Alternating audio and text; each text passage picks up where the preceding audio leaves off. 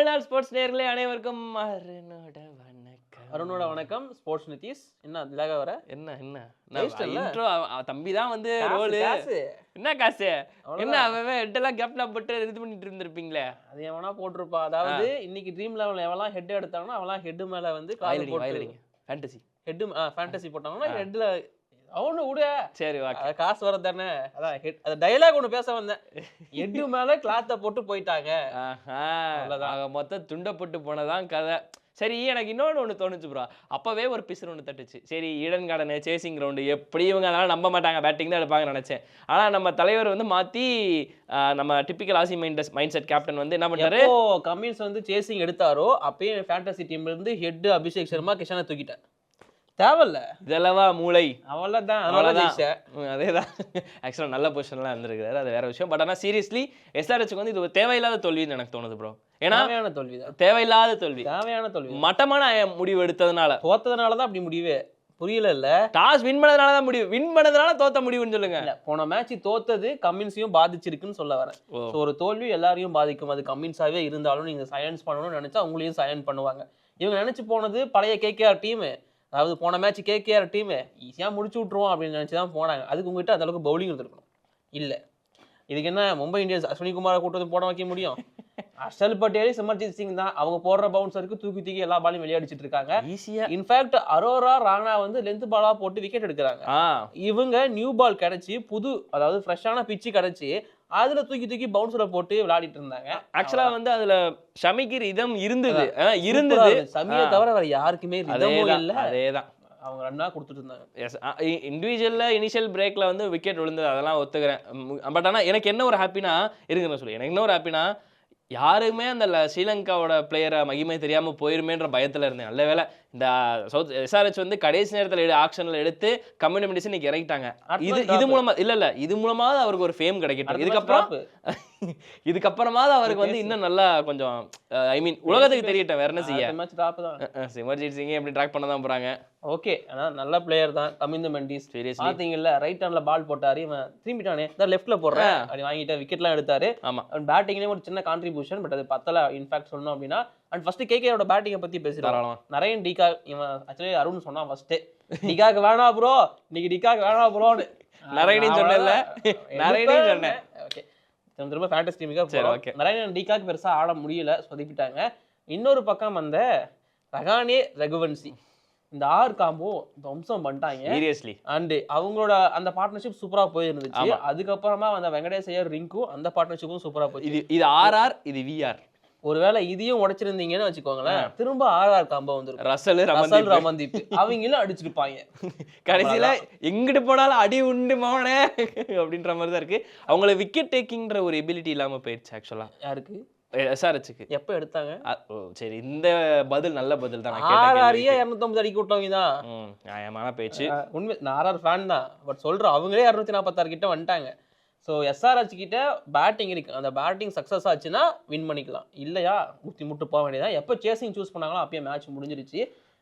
ஆமா, அதானே, அதான் உண்மை.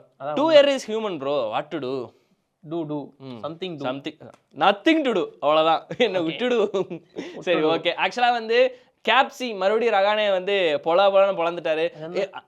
கேப்டனுக்கு கேப்டன் சொல்லாமே பரவாயில்ல, ஸ்டைலா ஒரு ஃப்ளோவா கேப்சிகம் அப்படி வந்துருச்சு. கேப்சி அந்த மாதிரிலாம் கிடையாது. கேப்சி இருந்தாலும் காரம் தானே. கேப்டன் போய் தொலை போ. சரி, ஓகே. ஆக்சுவலாக வந்து கேப்டன் ரகானேவோட அக்ரஷனை வந்து இன்னைக்கு மறுபடியும் பார்த்தோம். ஆக்சுவலாக அந்த மனுஷன் அடிக்கிறாரா இல்லையா? ஹிட்மேனோட அழகான ஒரு டைமிங் சென்ஸ் இருக்கிற அந்த ஆளுக்கு. எனக்கு அவரோட கேப்டன்ஸ் தான் பிடிச்சிருந்துச்சு பேட்டிங்கோட. சீரியஸ்லி இன்னைக்கு அதை ஒரு ஷமியோட ஒரு பால் இப்போ அது ஸ்வீப் ஷாட்டா என்ன ஷாட்டு?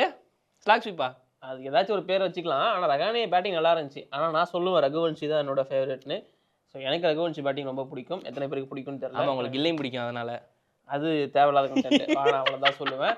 அண்டு நம்ம இன்னைக்கு வந்து ஒரு கேகேஆர் சொம்பா மாறுவோம். ஆமாம், ஏன்னா நம்ம இப்போ ஆர்சிபி கீழே அதுக்கு ஒரு கமெண்ட் போட்டுருந்தாங்க. தேங்க்ஸ் அந்த கோமதி, உங்களுக்கு ரொம்ப ரொம்ப நன்றி. ஆக்சுவலா நம்ம சேனலை நிறைய ஃபாலோ பண்ணுவாங்க. அதனால தெளிவா வந்து அவங்க சிஎஸ்கே சொம்பலாம் கிடையாது, ஆர்சிபியுமே அடிச்சிருக்காங்க. ஓகே, நீங்க சொம்பனே சொல்லுங்க, எங்களுக்கு பிரச்சனையே இல்லை.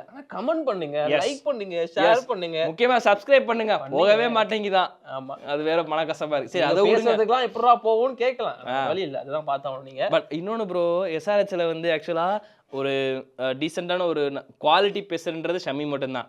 கமின்ஸ் வந்து ஆக்சுவலா போன வருஷம் ஷமி தான் ஃபர்ஸ்ட் இருங்க ஆக்சுவலா கமின்ஸ்லாம் வந்து ஒரு தரமான ஒரு விக்கெட் டேக்கிங் பவுலர், அவரே சாத்திட்டாங்க. சிமர்ஜித் சிங்க்கு வந்து இப்பதான் ஒரு இன்னொரு சான்ஸ் கொடுக்குறாங்க, அவரே சாத்திட்டாங்க. ஹர்ஷல் பட்டேல்லாம் ஒன் ஆஃப் த லாஸ்ட் பிரம்மாஸ்தர்னு நினைச்சேன், அவங்களே போய் சாத்திட்டாங்கன்னா அப்போ அதுக்கடுத்து இன்னும் ஒரு ஓவர் பேலன்ஸ் தான் அபிஷேக் சர்மா தான் யூஸ் பண்ண வச்சிருப்பாங்க போலயே. கமின்ஸ் அடி வாங்கிட்டாரு. அத இல்ல அவரே சேர்த்தான் சொன்னேன். கமின்ஸ் மெண்டிஸ்க்கு எக்ஸ்ட்ரா ஓவர் கொடுத்தாரு. சீரியஸ்லி ஒரு ஓவர்ல 4 ரன் கொடுத்து ஒரு விக்கெட் அடிக்கிறாருன்னா நீங்க அவருக்கு இன்னொரு ஓவர் கொடுத்துருக்கலாம். ஃபாஸ்ட் பவுலர்ஸ் தான் நான் போன வைக்கணும் வந்து போடுறவங்கலாம் பவுன்சரா போட்டு உத வாங்கிட்டு இருந்தாங்க. ஆனா திரும்ப அரோரா வந்து ஒரு பவுன்சர் போட்டாரு. தரமா எப்படி போட்டாரு? விக்கெட் எடுக்கிற மாதிரி. ராணா வந்து கமின்ஸ்க்கு பவுன்சர் போட்டாரு. அது எப்படி போட்டாரு? எல்லாம் உண்மையிலே அந்த ஆளுக்கு பவுன்ஸ் ஆனா அந்த ஆளுக்கு ஷார்ட் பால் மாதிரி தான் இருந்தா. ஆனா அவரே மிரண்டு போய் ஐயோ பவுன்ஸ் அப்படின்னு சொல்லிட்டு போஞ்சாரு. கமின்ஸ்க்கு பேட்லயும் படல, பாலும் போல்டுல பட மாட்டேங்குது. அப்படிதான் போட்டுட்டு பண்ணல பாவம் மனுஷன். அதான் ஓவராலா பாக்கும்போது கேகேஆர் வந்து சூப்பரா அவனை பண்ணியிருந்தாங்க. பாலை ஃபுல்லா லென்த்ல அடிச்சு இனிஷியலாவே பிரேக் போஸ்ட் எடுத்துட்டாங்க. இந்த பக்கம் எஸ்ஆர்ஹெச் பவுலர்ஸை பொறுத்த வரைக்கும் எல்லாருமே சமியை தவிர அவர் ஸ்விங் இருந்துச்சு இனிஷியலாவே, இவங்க எல்லாருமே வந்து பவுன்சர்ஸா ஏதோ ட்ரை பண்ணி, சிமர்ஜித் சிங்லாம் எதுக்கு என்ன பண்றாருன்னே புரியாத மாதிரி தான் இருந்துச்சு. ஆக்சுவலா அவர் வந்து நினைச்சது ஒண்ணு நடந்தது ஒண்ணு அப்படிதான் சொல்லணும். நினைச்சது ஒண்ணு போட்டது ஒண்ணு நடந்தது ஒண்ணு எல்லாமே ஒண்ணுதான் ஆக மொத்தத்துக்கு. எதுவுமே ஒண்ணு இல்ல.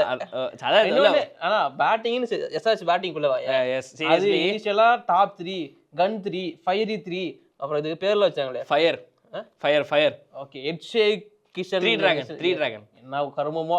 ஆனா அது 3மே ஒர்க் ஆகல. கரெக்ட் தான். 3 டிராகனுமே செத்து போச்சு. அப்படிதான் இருந்துச்சு மேட்ச். அத்தனைக்கும் டிராவிஸ் ஹெட் இம்பாக்ட் பிளேயர் வந்தாரு, 2 பால் ஆடினாரு போயிட்டாரு. ரிட்டர்ன் ஆஃப் த டிராகன்லாம் கிடையாது, டெத் ஆஃப் த டிராகன். நல்லா இருக்கு. இங்க பாடா ஒரு கமெண்ட் ஒர்க் ஆயிடுச்சு. கரெக்ட்ல கமெண்ட் போடுங்க. அதுக்கப்புறமா வந்த அனிகேத் வர்மா 6 அடிப்பார்னு பார்த்தேன். 6 மட்டும் தான் அடிச்சாரு. ஐ மீன் 6 ரன் மட்டும் தான் அடிச்சாரு, அவரும் போயிட்டாரு. எனக்கு பெரிய ஒரு சந்தோஷமான விஷயம் என்னன்னா கமின்ஸ் மெண்டிஸ் விக்கெட் எடுத்திருக்காரு, ஒரு 29 ரன் அடிச்சு கொடுத்துருக்காரு. அதுக்காக ஆட வைக்கணுங்கிறியா? ஆமா முடியாது. ஏன் அப்பெல்லாம் ஆட வைக்க முடியாது. 6 அடிப்பாரா?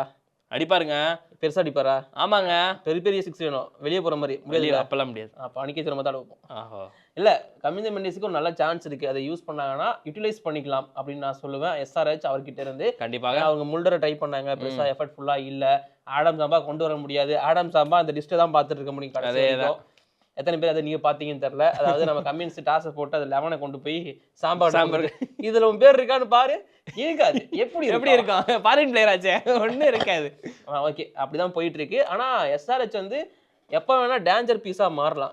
ஆனா இப்போதைக்கு டம்மி பீஸுங்க தான். இவங்க இப்படியே போனாங்கன்னா நான் சொல்லதான் நடக்கும். அடுத்த மேட்ச் அப்போ அது அடுத்த மேட்ச்ல பாத்துக்கலாம். சரி ஓகே. அப்ப இந்த மேட்சோட ரிவ்யூ முடிஞ்சு. ஓகே, இந்த மேட்சோட ரிவ்யூ அப்ப முடிஞ்சு நினைச்சுக்கலாமா? லக்னோ சூப்பர் ஜெயண்ட்ஸ் வெஸ் மும்பை இந்தியன்ஸ். எல்எஸ்சியோட ஹோம் மேட்ச் இது. ஓகே, மும்பை இந்தியன்ஸ் டிராவல் பண்றாங்க. ஓகே, வான்கடையில மட்டும் தான் நாங்க வின் பண்ணுவோம்னு இருந்தாங்கன்னா ஒண்ணும் பண்ண முடியாது. சோ இந்த மேட்ச் யார் ஜெயிக்க வாய்ப்பு இருக்கு? உன்னோட ஒபினியன். பண்டா, ஹர்திக் பாண்டியா? அப்சல்யூட்லி ஹர்திக் பாண்டியா, இதெல்லாம் டவுட்டே கிடையாது. நான் மும்பை இந்தியன்ஸ் சொல்றேன். Nothing, no hate for Rishabh Pant, இதை நான் இப்பயே சொல்லிக்கிறேன். ஏன்னா அவர் ஆக்சுவலா இது முழுக்க hate for Sanjiv Goenka. Yes, அவ்வளவுதான்.